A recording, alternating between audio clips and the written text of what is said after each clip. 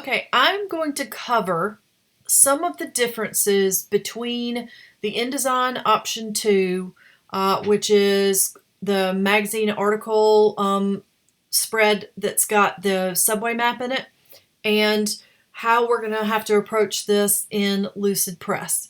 You can do a lot of the same things, but the approach is going to be a little bit different, and so I'm going to try to cover what these differences are.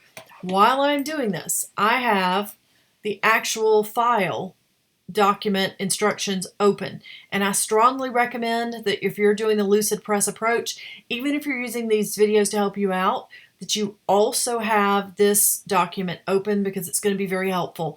Even if the approach is slightly different, the numbers are going to help you out. Okay, I'm going to scoot mine over so that it's not in the way for right now, and I'm going to have the Lucid Press window open. Quick note, some of the measurements that are given in the original document are listed in points and picas. I'll try to make you aware of the conversions there as we go through, but if you are wondering why those are different, it's because the specific settings they're going with in the InDesign version are in points and picas instead of just straight up inches for everything, so that conversion will be necessary. All right. You're going to want to close the template window. You don't want the template window open because none of the templates are going to work perfectly for what we're trying for right here. So this is my main window once I've closed the template options, and I'm going to go down to this one that says Start from Scratch with Blank Document. It's about, I don't know, half to a third of the way down the page on the right. So I'm going to click on that, and it's going to pop open a new document. Now you may be sitting here thinking, but I didn't tell it anything. That's because it's going to allow you to make the basic changes that you need once the document has opened up.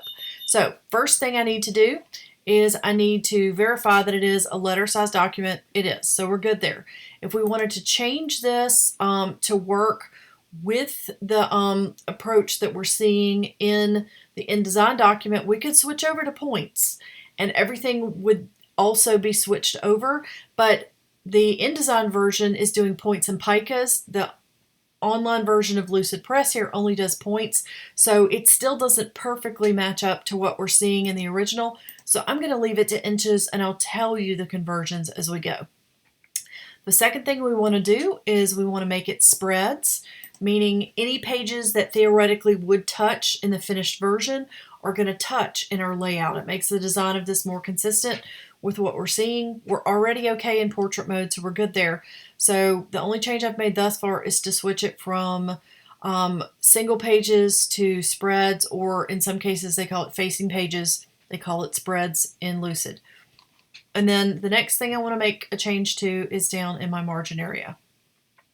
The document that we're looking at, sample document, is set up to have a 3 pica margin. There are 6 picas to the inch. So 3 picas is half an inch. So the half-inch margins that this is already set to is actually going to be correct. And then they've gone with a bleed setting of 1 pica. If you can't do 1/6 of an inch in your head, you're not terribly unusual. We're going to type in a value, and the most common inch-based value, if you're not working in points and picas, is going to be 0.125 inches. That is 1/8 of an inch, which is slightly smaller than the pica value, but again, it's a common setting for somebody to use for bleed. Bleed, just as a reminder, is the area beyond, as in outside of your page edge. This would allow you to have a picture or text or some graphical element that printed fully to the edge of the page, because what you actually do is you print on an oversized page and then it's trimmed down to the page size. And so again, that's what the bleed is used for, is to make sure that your graphic runs cleanly to the edge of your page. All right, so I've got my bleed number.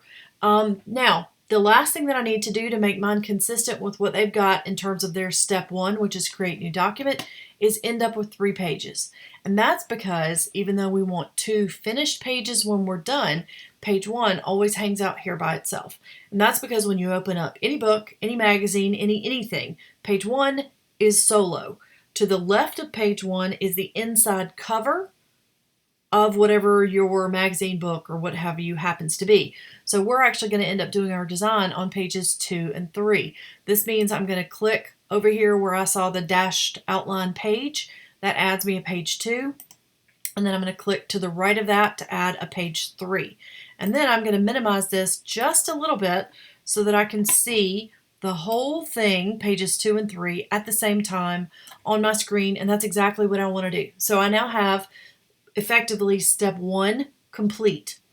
And we're good to continue. I'm going to stop and restart the video before I move on to the next steps, but this gets you through your step 1.